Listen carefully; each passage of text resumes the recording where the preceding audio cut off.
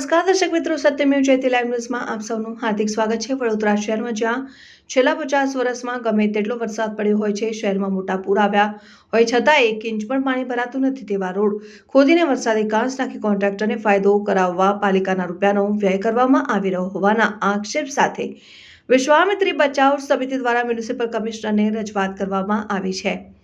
વિશ્વામિત્રી બચાવ સમિતિ વડોદરાના અમો એડવોકેટ શૈલેષ અમીને જણાવ્યું હતું કે પુત્રી ઝાપાથી આર્યકન્યા જીવન ભારતી 4 રસ્તા પર આવેલ નાગરવાડા બહુચરાજી નામની કુદરતી વરસાદી કાંસ ઉપર જ બ્રિજ બાદ શરૂ થતી અતુલ પાર્ક સોસાયટીથી વાયરોક હોસ્પિટલ સરદાર છાત્રાલયથી આર્યકન્યા રોડ પર ગમે તેવા ભયંકર પાણીના પૂર આવ્યા હોય છતાંય આ રોડ ઉપર 1 ઇંચ સુધા પાણી ભરાતું નથી। આખો રોડ ખૂબ ઊંડાણ ઉપર આવેલો છે અને રોડની આસપાસ કુદરતી ઢાળ હોવાથી પાણી 1 મિનિટ પણ ટકતું નથી। આપોઆપ આજુબાજુના નીચાણવાળા વિસ્તારો તરફ નીકળી જાય છે। પાલિકાના રૂપિયાનો વ્યય કરીને રોડ તોડીને નંખાતી વરસાદી કાંસ માટે ટેન્ડરની ડિઝાઇન કરનાર કાર્યપાલક ઇજનેર સખત કાર્યવાહી કરે, તેમના પગારમાંથી વ્યય કરાતા રૂપિયા વસૂલવામાં આવે, તાત્કાલિક કામ રોકી તપાસ કરાવવામાં આવે।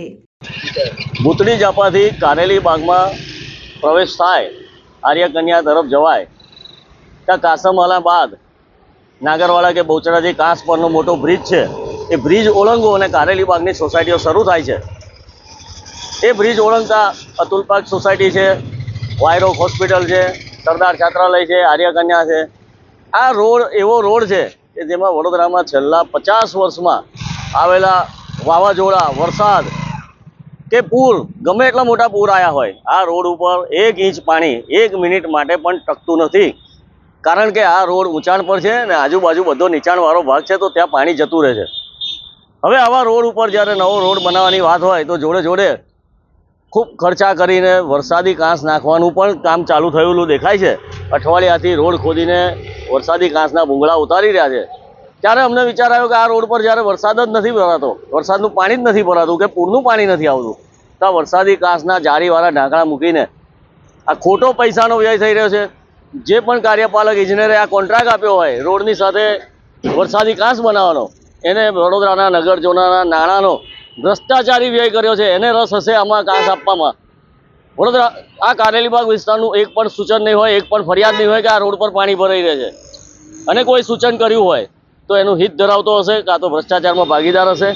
તો આ નાણાંનો વ્યય, વડોદરાના નગરજનોના નાણાંનો વ્યય તો છે જ, ઉપરથી આ વિસ્તારના લોકોને જ્યારે આવી વરસાદી કાંસ નખાશે ત્યારે કોમર્શિયલ બિલ્ડિંગો જો કોઈ બનવા જશે, આ લોકો આની અંદર ડ્રેનેજ જોડી દેશે અને આ ડ્રેનેજનું પાણી સીધું બહુચરાજી કાંસ, નાગરવાડા કાંસમાં જશે અને કાયમી દુર્ગંધ, આ વિસ્તારમાં કાયમી દુર્ગંધનો ભોગ બનશે।